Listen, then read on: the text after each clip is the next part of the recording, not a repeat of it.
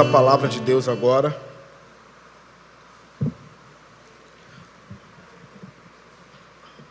Atos 20.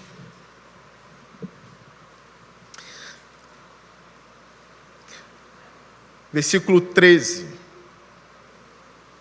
Vamos ler juntos. Atos 20, do verso 13 ao 38. Diz assim: quanto a nós, fomos até o navio e embarcamos para Assôs, onde iríamos receber Paulo a bordo. Assim ele tinha determinado, tendo preferido ir a pé. Quando nos encontrou em Assôs, nós o recebemos a bordo e prosseguimos até Mitilene. No dia seguinte, navegamos dali e chegamos de fronte de Quio. No outro dia, atravessamos para Samos, e um dia depois chegamos a Mileto. Paulo tinha decidido não aportar em Éfeso, para não se demorar na província da Ásia, pois estava com pressa de chegar a Jerusalém, se possível antes do dia de Pentecostes. De Mileto, Paulo mandou chamar os presbíteros da igreja de Éfeso. Quando chegaram, ele lhes disse: vocês sabem como vivi todo o tempo em que estive com vocês, desde o primeiro dia em que cheguei à província da Ásia. Servi ao Senhor com toda a humildade e com lágrimas, sendo severamente provado pelas conspirações dos judeus. Vocês sabem que não deixei de pregar-lhes nada que fosse proveitoso, mas ensinei-lhes tudo publicamente e de casa em casa. Testifiquei tanto a judeus como a gregos que eles precisam converter-se a Deus com arrependimento e fé em nosso Senhor Jesus. Agora, compelido pelo Espírito, estou indo para Jerusalém, sem saber o que me acontecerá ali. Só sei que, em todas as cidades, o Espírito Santo me avisa que prisões e sofrimentos me esperam. Todavia, não me importo, nem considero a minha vida de valor algum para mim mesmo, se tão somente puder terminar a corrida e completar o ministério que o Senhor Jesus me confiou, de testemunhar do Evangelho da graça de Deus. Agora sei que nenhum de vocês, entre os quais passei pregando o reino, verá novamente a minha face. Portanto, eu lhes declaro hoje que estou inocente do sangue de todos, pois não deixei de proclamar-lhes toda a vontade de Deus. Cuidem de vocês mesmos e de todo o rebanho sobre o qual o Espírito Santo os colocou como bispos para pastorearem a igreja de Deus, que ele comprou com seu sangue. Sei que depois da minha partida, lobos devoradores ferozes penetrarão no meio de vocês e não pouparão o rebanho. E dentre vocês mesmos se levantarão homens que torcerão a verdade, a fim de atrair os discípulos. Por isso, vigiem. Lembrem-se de que durante 3 anos jamais cessei de advertir cada um de vocês disso, noite e dia, com lágrimas. Agora eu os entrego a Deus e à palavra da sua graça, que pode edificar-los e dar-lhes herança entre todos os que são santificados. Não cobicei a prata, nem o ouro, nem a roupa de ninguém. Vocês mesmos sabem que estas minhas mãos supriram minhas necessidades e as de meus companheiros. Em tudo o que fiz, mostrei-lhes que, mediante trabalho árduo, devemos ajudar os fracos, lembrando as palavras do próprio Senhor Jesus, que disse: a maior felicidade em dar do que receber. Tendo dito isso, ajoelhou-se com todos eles e orou. Todos choraram muito e, abraçando-o, o beijavam. O que mais os entristeceu foi a declaração de que nunca mais veriam a sua face. Então o acompanharam até o navio. Curve a cabeça de vocês, vamos orar ao Senhor.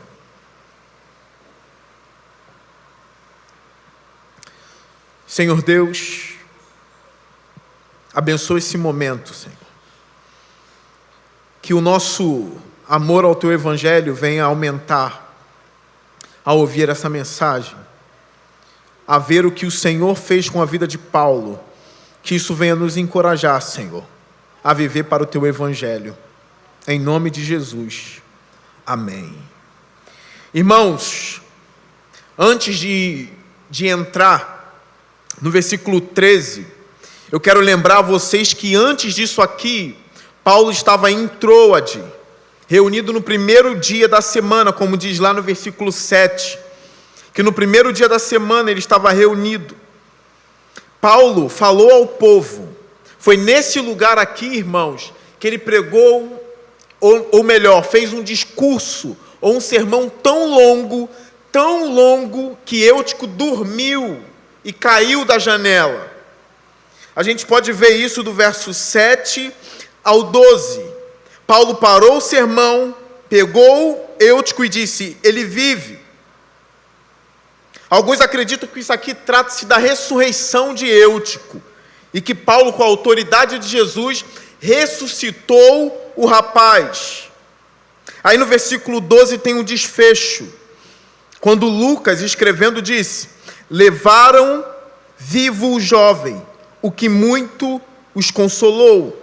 Isso consolou todo o povo, talvez sabendo que Deus realmente estava entre eles. Então inicia-se aqui o versículo 13, quando Lucas escreve: quanto a nós, fomos até o navio e embarcamos para Assôs, onde iríamos receber Paulo a bordo. Assim ele tinha determinado, tendo preferido ir a pé. Ou seja, os companheiros de Paulo aqui estavam prestes a viajar com ele, só que eles foram na embarcação. Mas por algum motivo, Lucas narra aqui que Paulo preferiu ir a pé, quilômetros andando. Alguns estudiosos, olhando para isso aqui, pensam o seguinte: Paulo estava prestes a tomar uma decisão muito séria, sabendo que perigos estavam esperando ele em Jerusalém. Talvez a morte de Paulo ali, prisão e a morte. Então ele abriu mão da companhia dos seus irmãos para ir andando quilômetros, e alguns dizem, orando ao Senhor, muito provavelmente, em comunhão com Deus enquanto caminha. É aquele momento que alguns místicos chamam de solitude, onde ele quer abrir mão das companhias, que a companhia é algo maravilhoso, mas existe um momento na vida em que a solitude é essencial. Solitude aqui, pensando no cristianismo, pensando nos místicos cristãos, pensando em nós, na verdade. A solitude não é estar sozinho, mas sim andar com Cristo espiritualmente. É aquele momento em que você caminha, mas falando como um louco. Parece um louco, parece um doido, mas está em comunhão com Cristo, principalmente quando você está prestes a tomar uma decisão essencial na sua vida, como Paulo estava prestes a tomar. Então ele preferiu, ele determinou, como Lucas narrou aqui, determinou ir a pé. Versículo 14. Quando nos encontrou em Assôs, nós o recebemos a bordo e prosseguimos até Mitilene. No dia seguinte, navegamos dali e chegamos de fronte de Quio. No outro dia, atravessamos para Samos. E um dia depois chegamos a Mileto. Parece cansativo esse relato, mas isso aqui é um relato histórico. Lucas está mostrando cidade por cidade, caminho por caminho. Ele está validando o que está escrevendo aqui. Ele não está inventando, ele não está tirando da cabeça dele. É um homem minucioso na escrita. Então, por isso que ele coloca esses nomes aqui difíceis de falar para nós. Para eles eram nomes normais. Versículo 16. Paulo tinha decidido não aportar em Éfeso, para não se demorar na província da Ásia, pois estava com pressa de chegar a Jerusalém, se possível antes do dia de Pentecoste. Várias decisões de Paulo aqui. Ele não queria demorar, então ele não queria ir até Éfeso. Ele não queria ir até a cidade de Éfeso, porque isso ia demorar muito.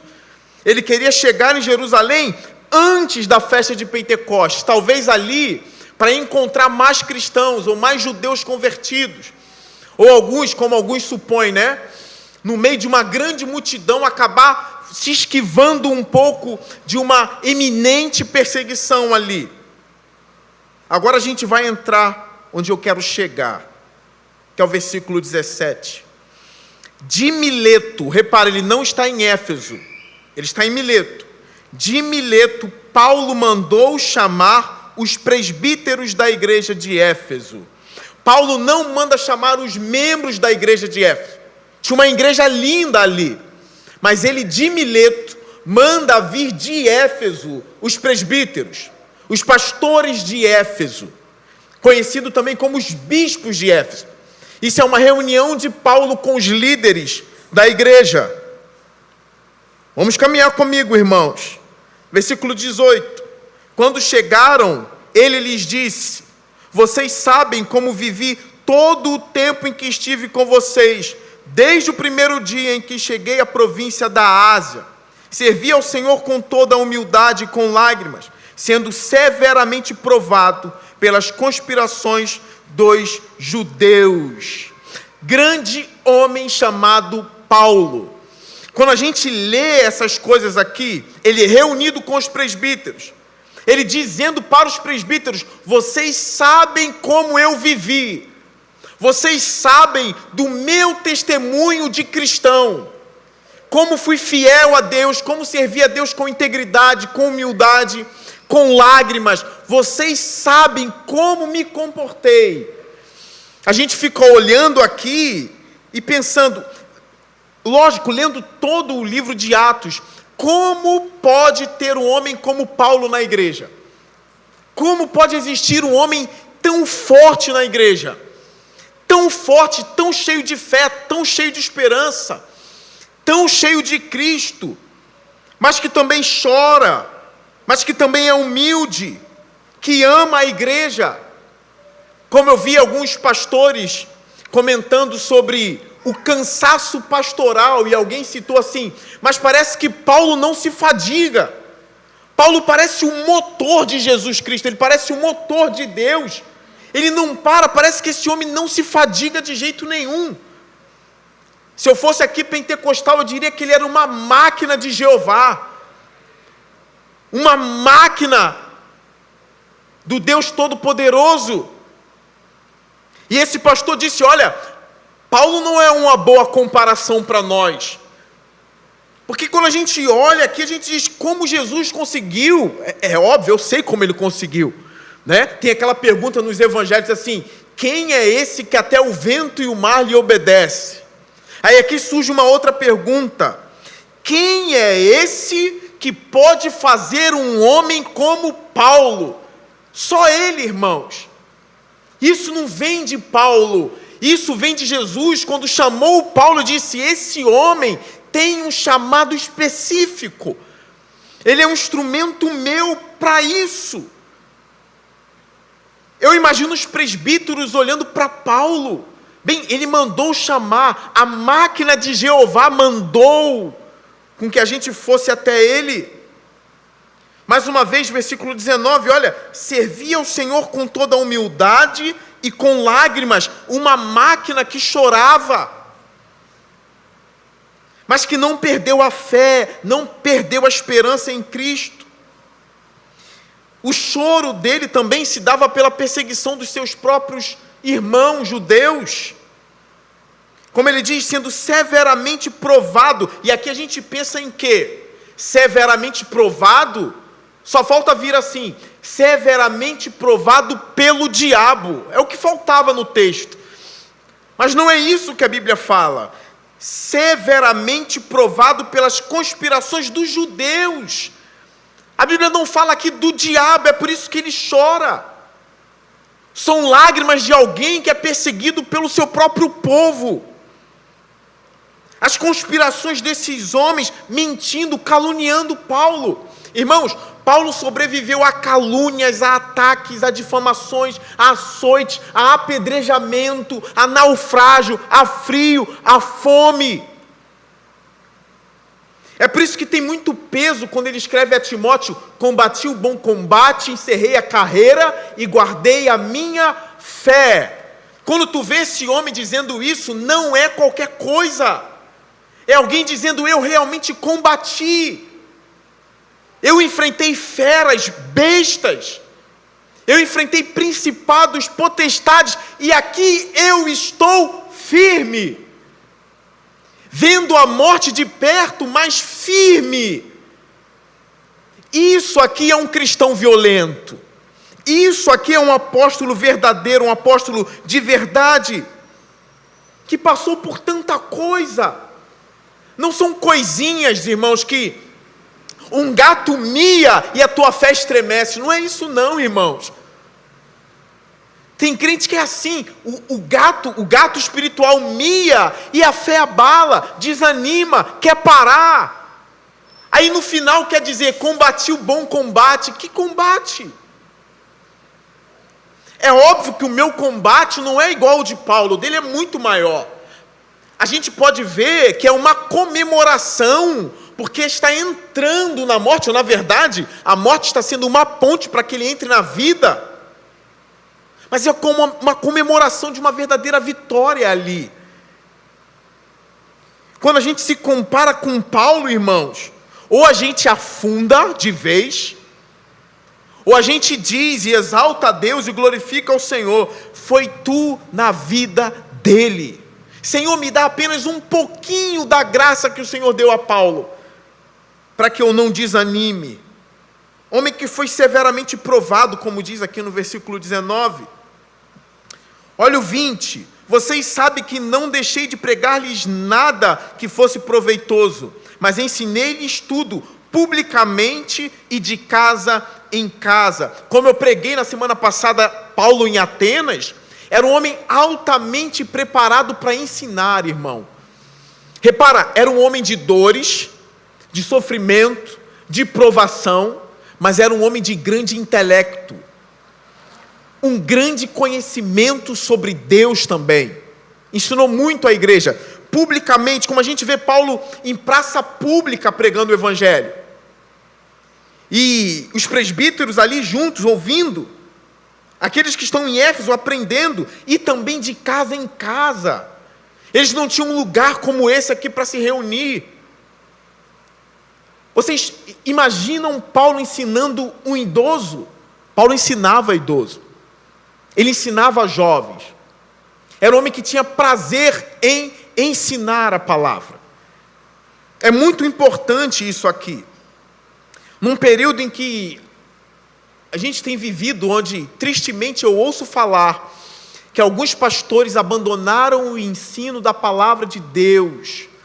Alguns pastores só falam agora, infelizmente, irmãos, de ação social e de coronavírus, de Covid.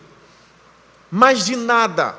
Eu já ouvi dizer de um pastor que até retirou o púlpito da igreja e colocou uma mesa, onde ele só fala dessas coisas, de ação social, de matar a fome das pessoas. Tudo isso é bom. Mas Paulo aqui, nessa fala de despedida, como alguns estudiosos dizem, que se assemelha muito com as cartas dele, ele se gloria aqui porque pregou e porque ensinou. E tudo publicamente. Você é dado ao ensino. Se você tivesse a oportunidade de estar perto do apóstolo Paulo, você teria prazer em aprender com ele? Você teria ouvidos para ouvir? Porque aqui eu critiquei líderes que tiraram o púlpito da igreja e colocaram uma mesa de ação social. Mas agora eu falo ao membro da igreja, que vai ser o nosso tema do estudo bíblico de domingo de manhã, né? Membros de uma igreja saudável. Você tem prazer em ouvir? Os seus ouvidos são preparados para aprender? Se você fosse encontrar com Paulo, você iria encontrar para que as vestes dele, ou um pedaço do lenço dele, curasse você? Ou para que Paulo colocasse as mãos para que você recebesse a cura? Ou você sugaria o que Paulo tinha de melhor? E eu ouso dizer que Paulo tinha de melhor era o conhecimento sobre Deus, sobre Cristo, sobre o Espírito. Você sugaria ele? Eu lembro, eu já falei isso para vocês, anos atrás eu tive a oportunidade de estar pessoalmente com o pastor Batista Russell Shedd, que naquela época já tinha mais de 80 anos. Eu fui ouvi-lo numa igreja em que a acústica era péssima, e eu não consegui entender nada do que o Shed falou naquele dia. Um velhinho, irmãos, pregando a palavra. Eu fui para ouvi-lo.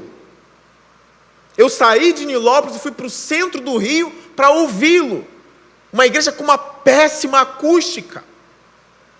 O coral até dava para ouvir cantar lindamente, mas o pregador não dava para ouvir. Aí eu lembro que quando ele acabou, eu fui até ele. O Shed se sentou para me ouvir. E eu aproveitei que eu estava diante de um homem que sabia mais do que eu e comecei a fazer pergunta. Bem, era meu papel ali fazer. Eu já não tinha ouvido nada na pregação porque eu não entendi o que ele falou, por causa da acústica da igreja. E aquele homem humilde, que tinha idade para ser meu avô, que estudou com teólogos, que tem livros importantes hoje, sentado na minha frente, e eu perguntando, e aquele velho, no bom sentido da palavra, cansado, e me explicando. E eu tentando sugar do Shed o que eu podia sugar. Era uma grande oportunidade na minha vida. Você tem sede pelo ensino? Você quer ouvir a palavra do Senhor?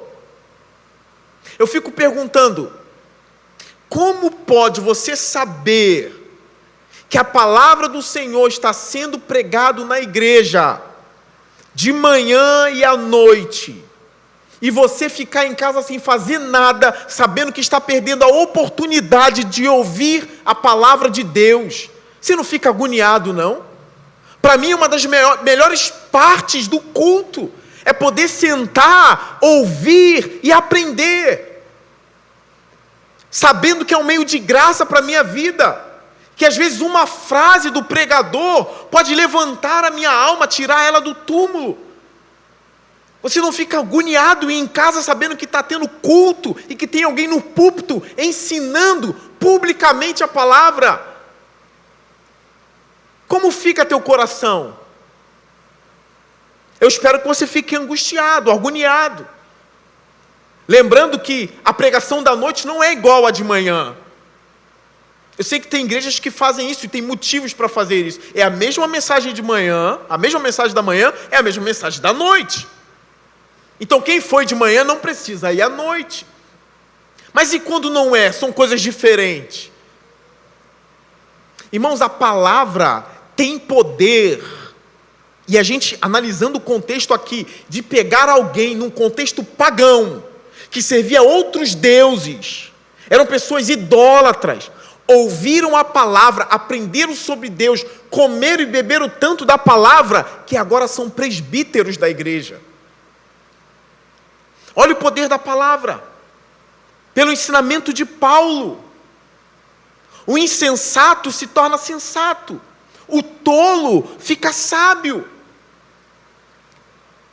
Fora que a Bíblia fala que o mistério da fé vem pelo ouvir, e ouvir a palavra de Deus. Alguns teólogos dizem assim, olha, isso tem a ver com aquela fé inicial, com a conversão. Você ouve e se converte, mas também, e alguns têm esse ponto, né? Para o crente que está tendo a falta da fé, ou a fé pequena, é ouvindo a palavra do Senhor que a fé dele vai sendo restaurada também.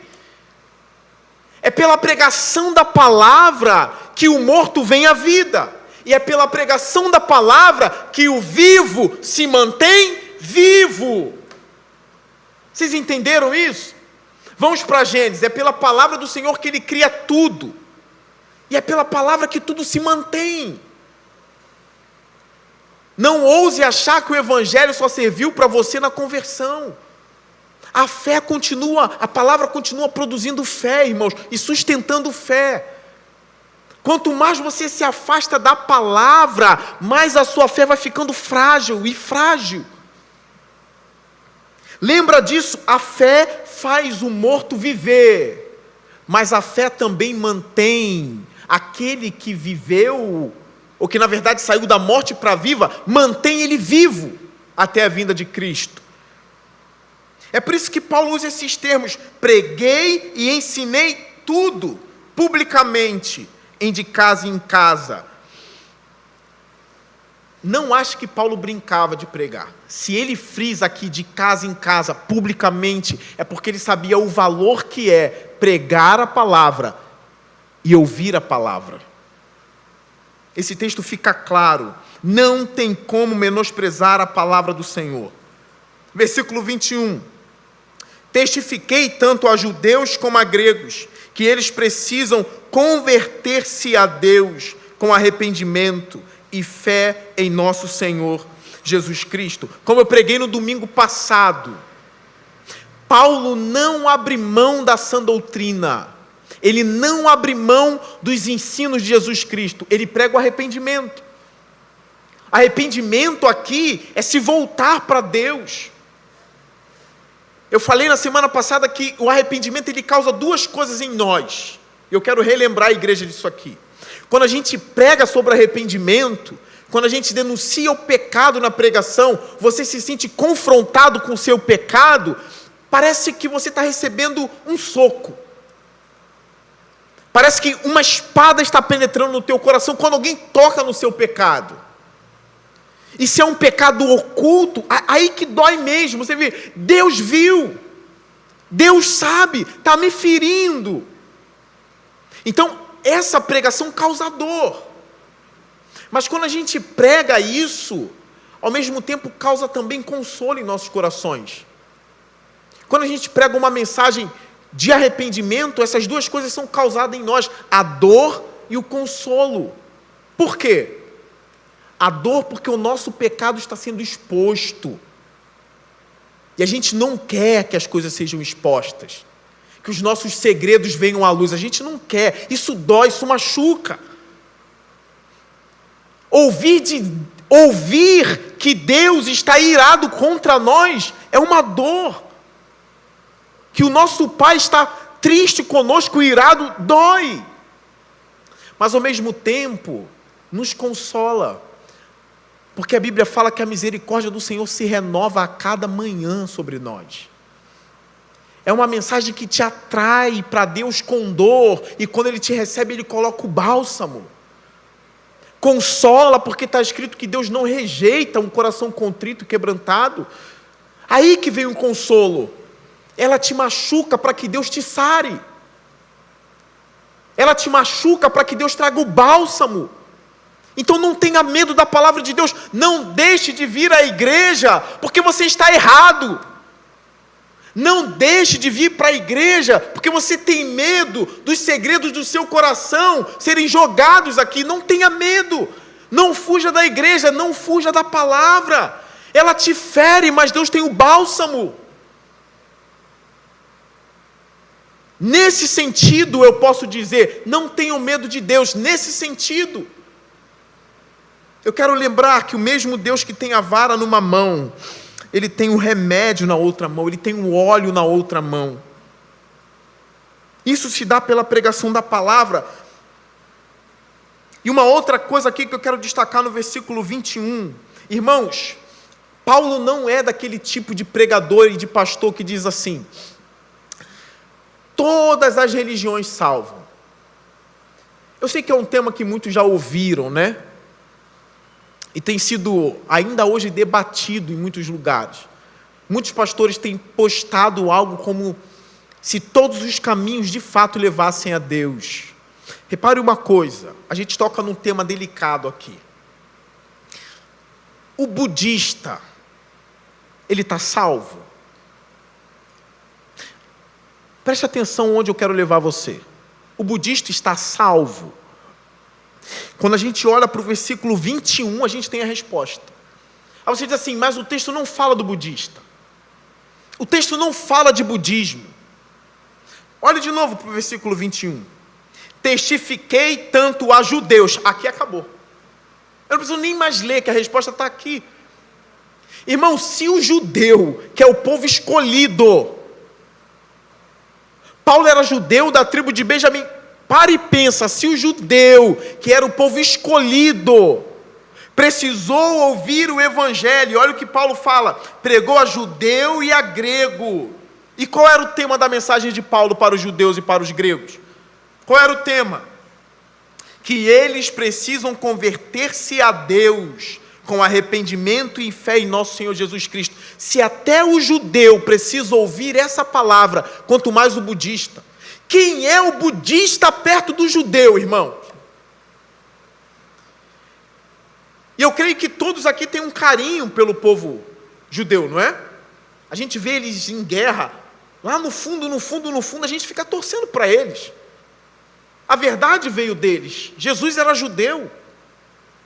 O próprio Jesus falou disso. Olha, a verdade vem de Jerusalém, vem dos judeus. Ele é a verdade.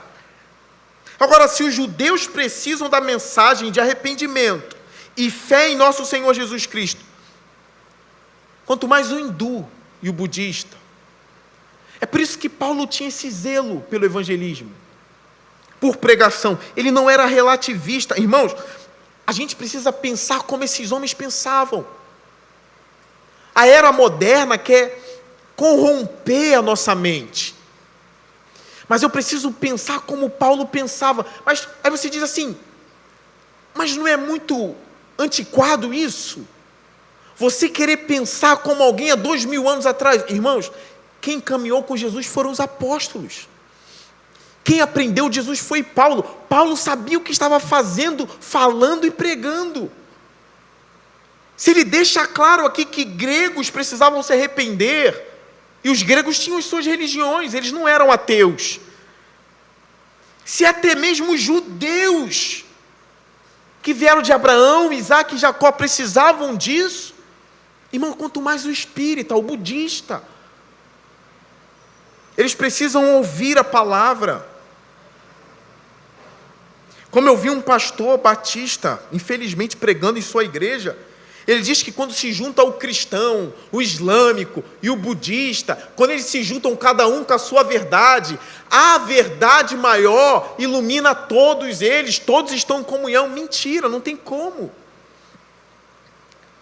Paulo não pensava assim. Paulo morreu levando a mensagem do arrependimento e da fé no Senhor Jesus Cristo. Versículo 22. Agora, compelido pelo Espírito, estou indo para Jerusalém, sem saber o que me acontecerá ali. O Espírito está compelindo Paulo para ir a Jerusalém.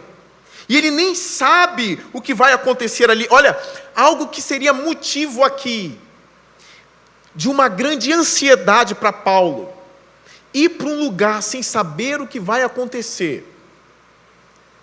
Sem saber de nada. Como alguém que simplesmente está vivendo e andando.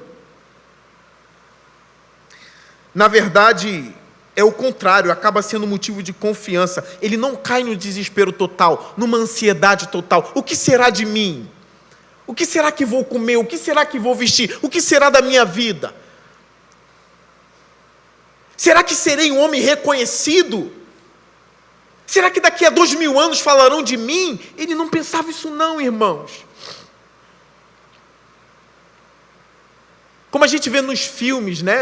Pelo menos no filme, no Troia, o sonho do Aquiles, do guerreiro, era que o nome dele fosse grande. Ele ia para as guerras para isso, para que o nome dele crescesse. Paulo não tem essas coisas com ele. Sem saber, o Espírito vai compelindo e ele vai indo. Mas olha o que ele fala no versículo 23. Tem algo que ele sabe e ele revela agora. Ele diz, só sei que em todas as cidades o Espírito Santo me avisa que prisões e sofrimento me esperam. Aí você diz, mas isso era para aumentar a ansiedade, o nervosismo dele. E tem crente até hoje que acha que o Espírito Santo não faz isso. Que o Espírito Santo só serve como um sopro para aquecer seu coração. Como um sopro para te fazer voltar a orar. Para te fazer ler Bíblia. Mas olha o que Paulo fala. O Espírito compelia ele. E o Espírito também avisava a Paulo que prisões e sofrimentos esperavam por ele. Mas olha o testemunho desse homem. É por isso que eu disse aqui, que se eu fosse pentecostal, eu diria que Paulo seria a máquina de Jeová. Como eu não sou, eu digo que ele talvez foi o vaso mais resistente que o oleiro construiu. Talvez o vaso mais resistente. É aquele vaso que você pode tacar lá de cima. Ele bate no chão e não quebra. No ditado popular dizem que vaso ruim não quebra, né? Vendo aqui, não, vaso bom. E Paulo não se via assim, irmãos. Olha o testemunho que ele dá, mesmo sabendo que não sabia, o que iria acontecer, mas mesmo sabendo que não sabia, ele sabia de uma coisa, que só vinha tragédia sobre ele. Só tragédia. Aí ele vai dar um testemunho no versículo 24. Todavia, não me importo. Você consegue falar isso? Não me importo. Olha, o Espírito está me dizendo que a carga vai ser pesada. E você diz, não me importo. Agora, compara a sua vida com a dele. Eu comparo a minha vida com a dele, e a minha é só mais humilhada. Como eu disse no início, a gente tem que ter vergonha. Porque o leão nem precisa rugir, basta um gato miar e a gente se desespera. Eu lembro no livro Peregrino, quando o cristão estava na caminhada dele, um monte de peregrinos estava voltando correndo do caminho. Eles estavam indo em direção à cidade celestial. E muitos voltando desesperados.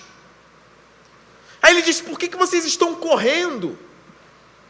Aí aqueles peregrinos que estavam retrocedendo disse para o cristão, olha, é porque lá na frente tem um leão gigante, feroz. Aí alguém disse para o cristão, olha, não pare. Você não vai parar. Porque o leão realmente está ali. Mas ele só está ali para fazer os covardes recuarem. Mas eu quero dizer a você, o leão é feroz, é grande, mas ele está acorrentado, pode ir. Ele só serve para fazer os covardes voltarem. Aí ele foi, realmente o leão era feroz, mas estava amarrado, e ele seguiu o seu caminho.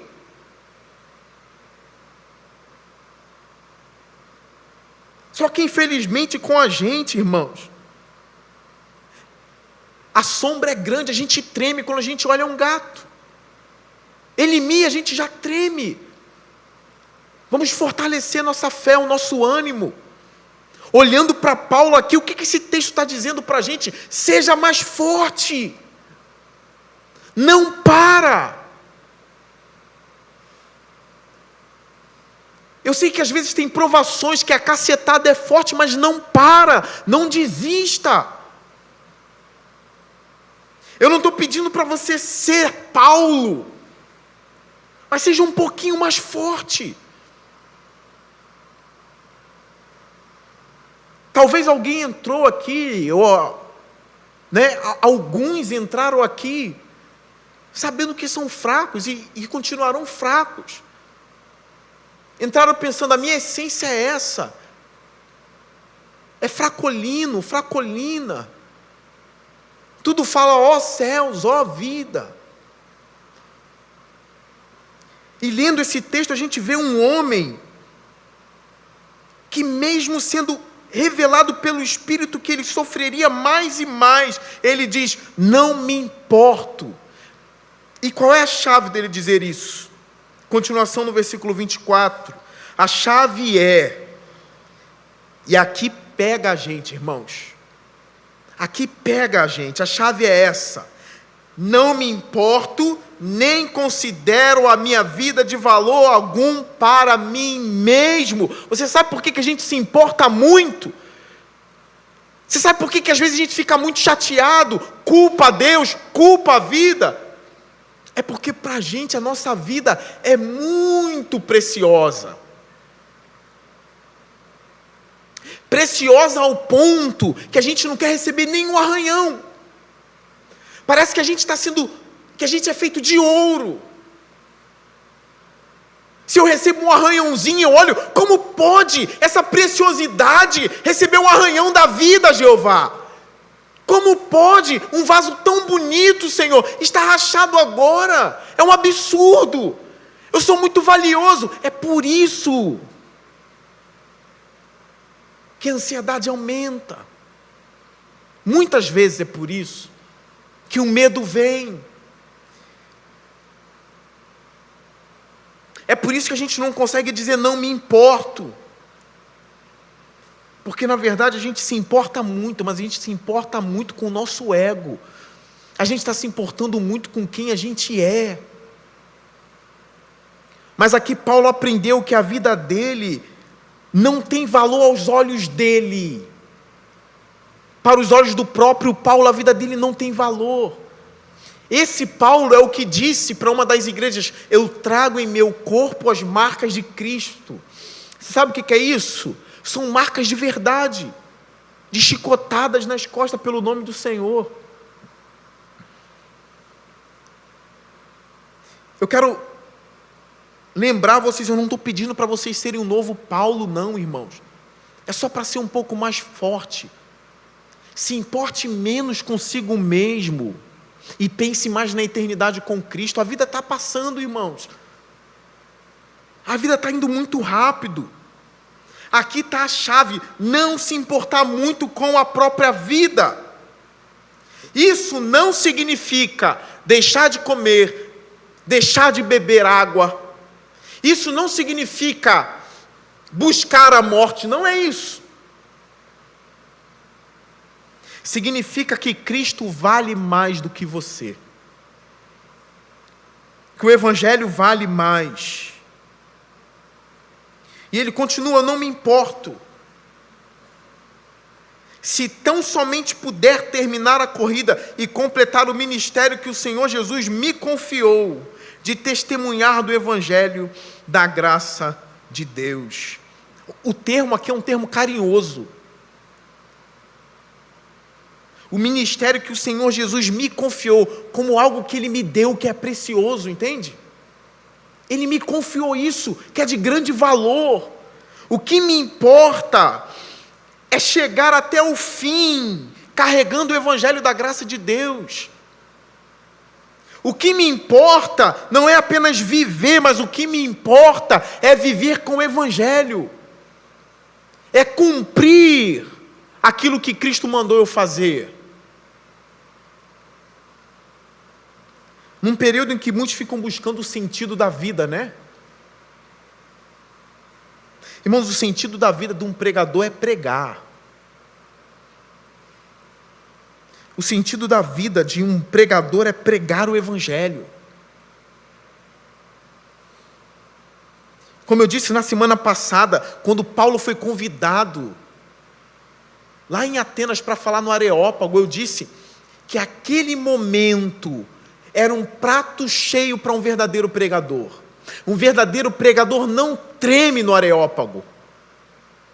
E na semana passada eu disse, na verdade, ele nasceu para aquele momento. Cheio de filósofo ali, poeta, filósofos, pensadores. Paulo não vai tremer, porque o verdadeiro pregador nasceu para aquele momento. Ele vive para aquilo ali. Ele vive para pregar e ele morre por pregar. Ele vive para pregar e morre por pregar. Ele nasceu para esse momento. Imagine se ele chega e começa a tremer. Ele sai lá do Areópago, lá em Atenas, falando para filósofos. Agora ele está reunido falando para presbíteros. Falando a pastores aqui. Eu imagino esses homens olhando para ele, dizendo, que grande exemplo é Paulo. Versículo 25. Aí ele diz, agora sei que nenhum de vocês, entre os quais passei pregando o reino, verá novamente a minha face. Que decisão difícil de Paulo, né? Ele está falando para os presbíteros que ele pregou, que ele ensinou, Ele passou pregando o reino. Lembrando que o reino não dá para esconder, irmãos. Não dá para ocultar o reino de Deus. O evangelho não está longe dos outros, não, irmãos. Está muito perto. O reino não está escondido, não. Está perto demais. Ele passou pregando, ele diz: vocês não verão mais a minha face. Versículo 26. Portanto, eu lhes declaro hoje que estou inocente do sangue de todos. Olha o quão pesado é isso. Ele está inocente do sangue daqueles presbíteros. Por quê? E de todos que ouviam. Por quê? Porque ele não ocultava as verdades de Deus. Estou inocente. Eu preguei tudo o que eu tinha que pregar para vocês. Naquele grande dia vocês não poderão dizer: mas ele não me ensinou isso. Mas ele não pregou isso. Agora repara, ele está pregando isso para presbíteros, para pastores, que devem pensar: meu Deus, naquele dia eu vou prestar conta do sangue dessas pessoas, se eu omitir algo, se eu esconder algo, se eu não ensinar algo. De propósito dizer: não posso pregar isso porque isso vai contra mim, então eu vou ocultar deles. Não posso.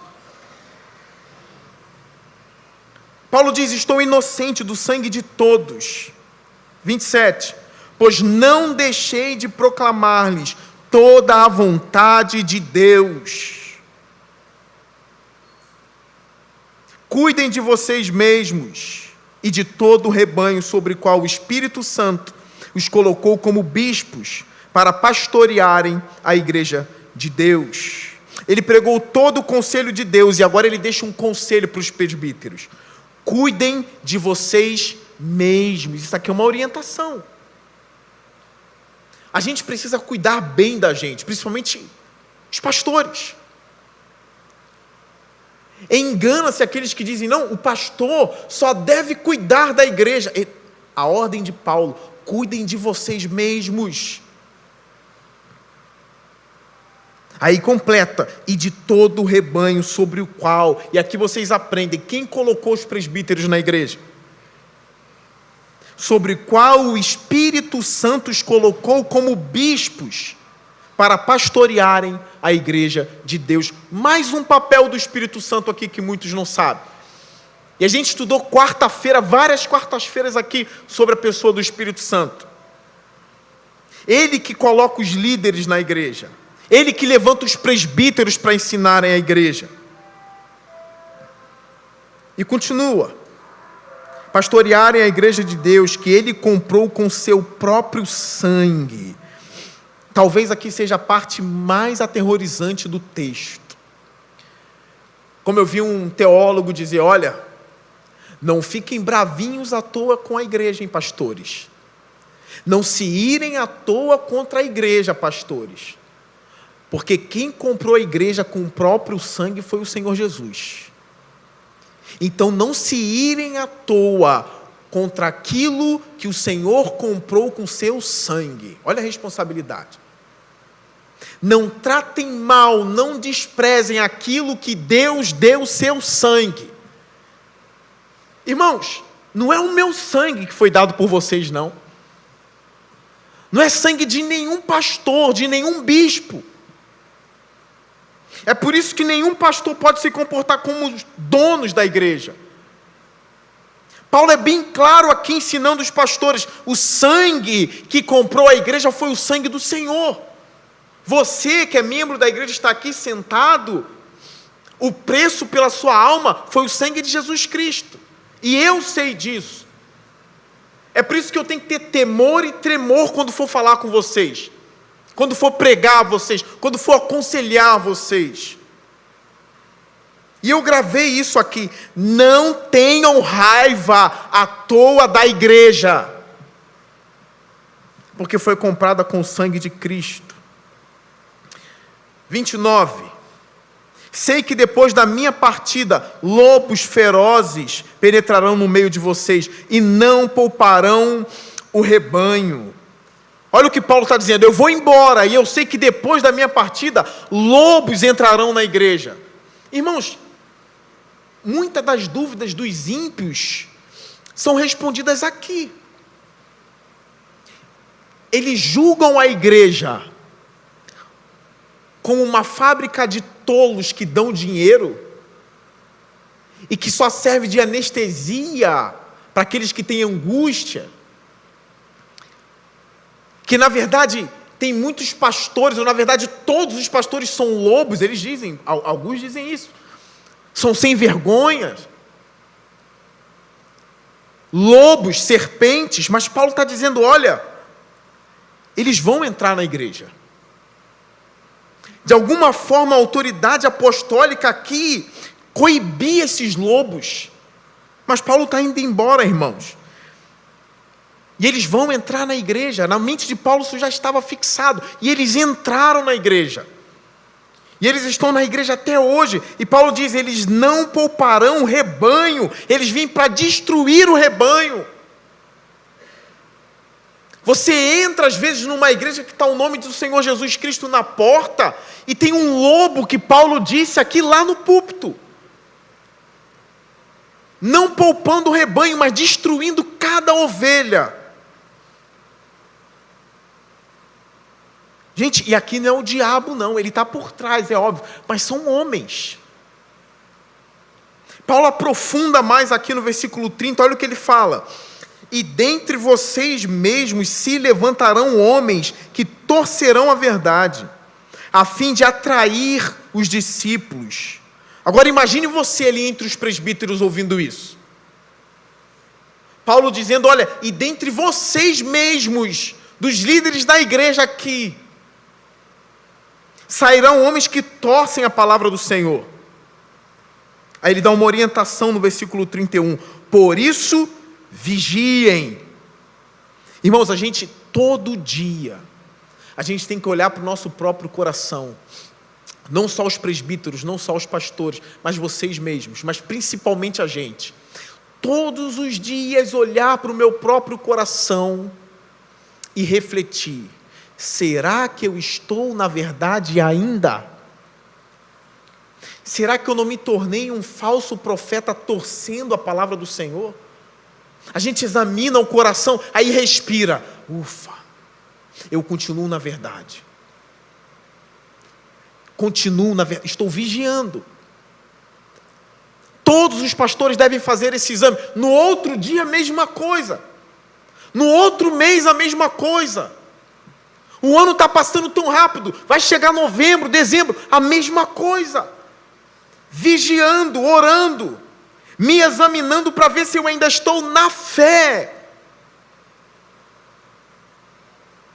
E ele continua, lembre-se que durante 3 anos jamais cessei de advertir cada um de vocês disso, noite e dia com lágrimas.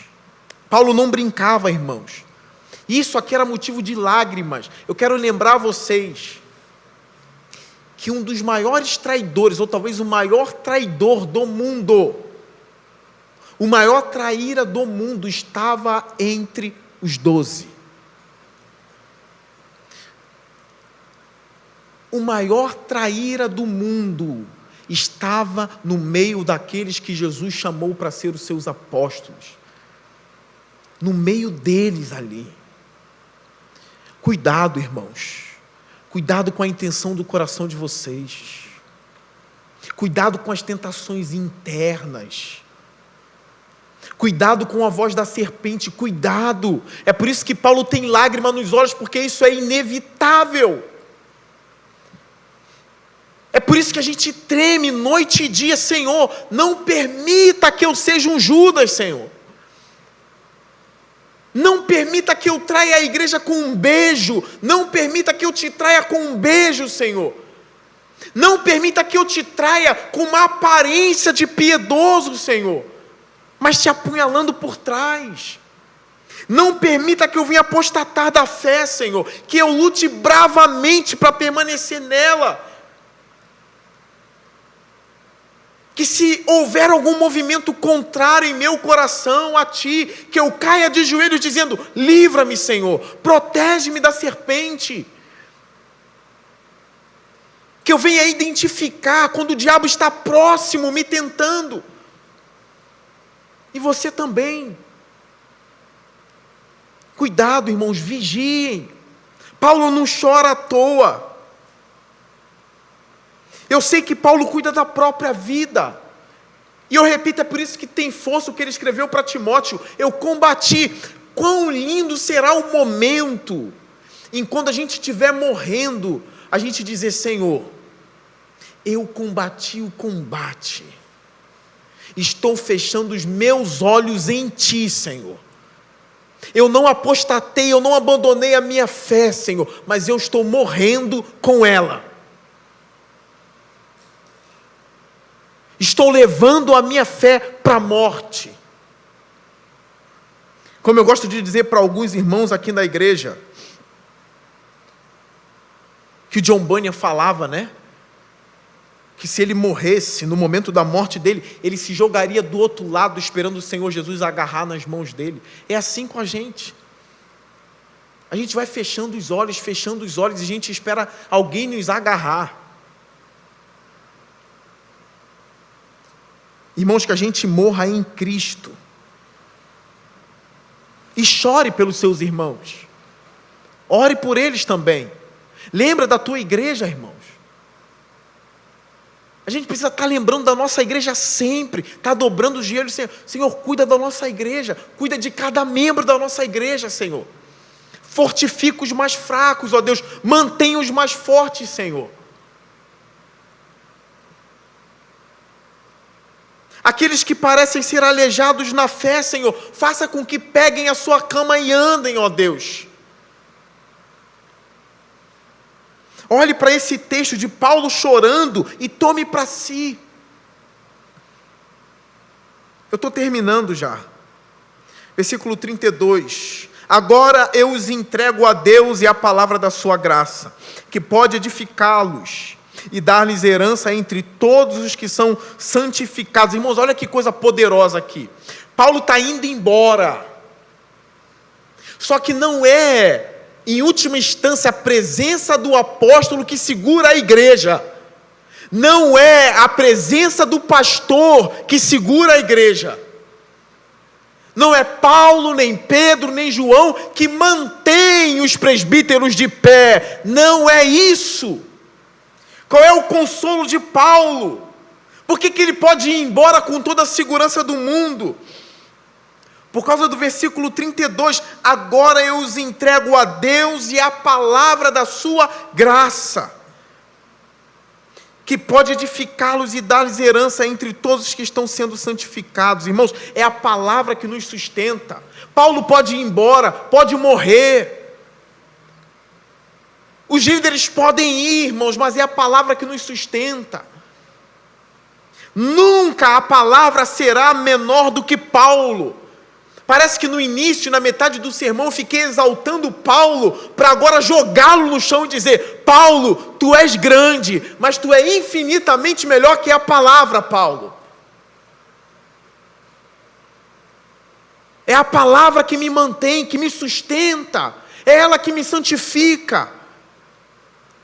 É ela que te lembra que você está mal, está na falha, que está no pecado, que você tem que se voltar para Deus. É ela que lembra você como vai ser maravilhoso aquele grande dia que o Senhor Jesus Cristo voltar. É a palavra que te sustenta. Que falte o irmão A, que falte o irmão B, o C, o D, o E, mas que não me falte a palavra. Ainda que vocês se esqueçam de mim, não me mandem mensagem, que a palavra não me falte. É ela que me sustenta. O salmo continua vigorando até hoje. A tua palavra é luz para os meus caminhos e lâmpada para os meus pés. A tua palavra e não você. A palavra continua vigorando, eu repito, dizendo: a lei do Senhor é perfeita e revigora a alma. Que me falte Paulo, mas que não me falte a palavra. Que Paulo vá embora para Jerusalém e me abandone em Éfeso. E Paulo sabia que eles não eram dependentes dele. Paulo sabia, irmãos, que a palavra era maior do que ele. Você não é maior do que a palavra para a sua família. Você não é maior do que a palavra para a sua esposa, para o seu esposo e para a sua igreja. Você faz falta aqui, mas você não faz mais falta do que a palavra. Você é infinitamente menor do que ela. 33. A despedida de Paulo se encerrando.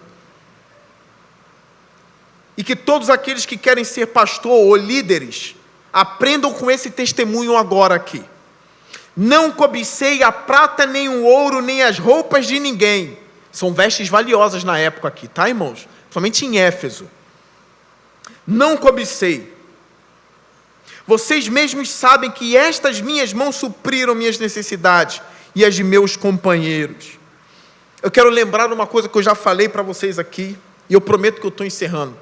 Acho que já passou de 1 hora, né? Mas eu prometo que eu estou encerrando. Eu vejo alguns irmãos, às vezes, maus das pernas, porque não conseguem crescer muito financeiramente. Que batalham e não avançaram muito. Outros já têm 3 casas, 3 carros, e os irmãos não conseguiram conquistar muitas coisas. Eu quero dar um testemunho aqui pessoal e pastoral para vocês. É mais triste para mim, irmãos. É mais triste para quem, humanamente falando, decidiu ser pastor. Como eu estava falando para uma irmã aqui dessa igreja há pouco tempo. Paulo não cobiçou nada de ninguém, nem prata, nem ouro, ele não tinha essa coisa.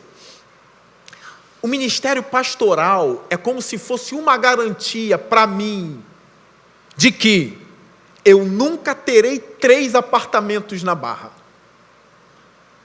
Eu nunca terei talvez um carro importado. Porque o que eu escolhi para a minha vida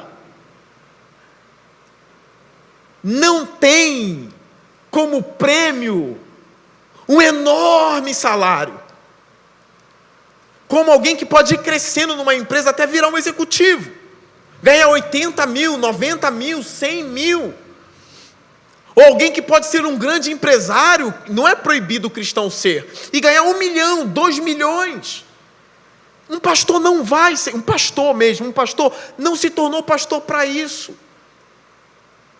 Então, se eu sirvo de consolo para você, você que não tem carro importado ainda e queria ter, você que queria ter uma casa de praia, num lugar que nem igreja tem, mas o teu desejo é ter a praia em frente. Não tem igreja, mas tem a praia. Que cada vez está mais longe da igreja e mais perto de um paraíso que vai afundar. Eu sei que muito provavelmente eu não terei. Então essa angústia eu nem tenho. Porque quando eu aceitei a oferta do ministério, automaticamente eu aceitei, de alguma forma, ser pobre. Conseguiram entender? Eu não estou falando que serei pobre de maré de si. Tem pastores que são. Graças a Deus. Eu não sou, mas eu sei que alguns são. Missionários e tudo mais. Mas uma coisa eu sei, irmãos. Eu não sou empresário. Eu não estou aqui para cobiçar prata, nem ouro, nem vestes valiosas, nem grandes coisas, nem vários apartamentos, nem mansões. Não. Hoje mesmo, de madrugada, eu estava vendo um vídeo de um rapaz que comprou quase uma mansão, e mostrando, e eu vendo, não tem um pingo de inveja. Um pingo de inveja. É pecado? Não é, mas eu sou pastor. Paulo está falando isso para os presbíteros, não cobicei nada. E quando foi necessário ele trabalhar com as próprias mãos, ele o fez. No outro lugar ele parou com isso, porque a igreja o sustentou, e assim foi, ele era apóstolo, ele não parava. Então se eu sirvo de consolo para vocês, amém, tá? Porque você ainda pode crescer muito na vida. Alguns adolescentes aqui podem ser médicos e montarem um hospital, serem ricos, advogados e tudo mais. Eu não, irmãos. Estou fechando. 35. Em tudo que fiz, mostrei-lhes que, mediante trabalho árduo, devemos ajudar os fracos, lembrando as palavras do próprio Senhor Jesus, que disse: a maior felicidade em dar do que em receber. Tendo dito isso, ajoelhou-se com todos eles e orou. Todos choraram muito e, abraçando-o, beijavam. O que mais os entristeceu foi a declaração de que nunca mais veriam a sua face. Então o acompanharam até o navio. Aqui fecha com Paulo de joelhos orando. De joelhos. Tem momento que tem que ser de joelho, irmãos. Eu sei que se você orar em pé, Deus ouve. Se você orar no chuveiro, Deus ouve. Tem momento que tem que ser de joelho, como a gente faz às quartas-feiras aqui. E aqui está uma base bíblica, para aqueles que dizem: nunca ouvi ninguém orar de joelhos na Bíblia. A oração era em pé, era em pé. Mas olha isso aqui, tem momentos que é de joelho. Eles se ajoelharam e todos eles oraram juntos. E foi uma oração misturada com choro, muito choro. Eles choraram abraçando Paulo e beijando Paulo. E entristeceu muito o coração deles, porque eles nunca mais veriam Paulo. Agora eu quero dizer a vocês, foram os presbíteros que fizeram isso. Me parecem aqui que esses homens não tinham inveja de Paulo. Eles beijavam, eles amavam Paulo aqui. E se a partida de Paulo deixou eles bem tristes, eu quero terminar vocês lembrando o que passou no coração dos discípulos, dos 11. Quando Jesus morreu, passou o primeiro dia em nada, o segundo dia em nada, o início do terceiro dia em nada.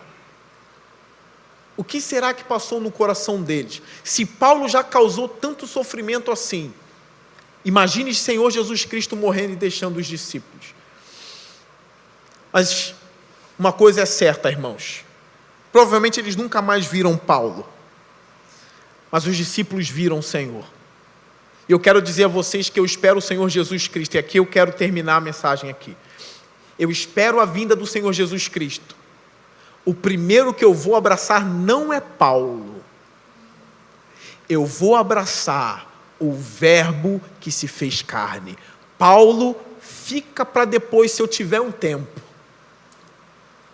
Eles se entristeceram porque nunca mais veriam a face de Paulo, mas o desejo maior da igreja é ver Jesus face a face naquele dia. Paulo vai ficar para depois, com certeza. Lembre-se disso. Hoje nós não temos o Senhor Jesus e nem os apóstolos, eles foram embora. Nós temos o Espírito Santo conosco, que é a garantia de que o Senhor vai nos buscar. Ele é o penhor disso. É o selo que o Senhor Jesus deixou dizendo: tem algo precioso com vocês, é a garantia de que eu vou voltar para buscar vocês. Eu vou ver vocês face a face, vocês me verão face a face. Essa vai ser a maior alegria da nossa vida. É isso que faz com que a gente olhe para a gente e não tenha a nossa vida com um valor muito alto, que nem um arranhão eu posso ter. O que deve importar para nós é Cristo. Eu termino com uma fala de Paulo lá em Filipenses, que ele diz: o meu desejo é partir e estar com Cristo. O morrer para mim é lucro, porque ele estará com Cristo. Que o Senhor restaure a sua esperança. Hoje é domingo, é o dia da ressurreição do Senhor. À noite nós estaremos ceando o Senhor, lembrando do sacrifício dele e lembrando da vinda dele, da volta dele. Ele vai nos buscar, o choro vai cessar, os vasos quebrados serão restaurados em glória, os arranhões serão tirados de nós, cicatrizes não terão mais. O Senhor vai nos restaurar dos pés à cabeça. Que Deus nos abençoe. Eu quero orar por você. Curve a cabeça.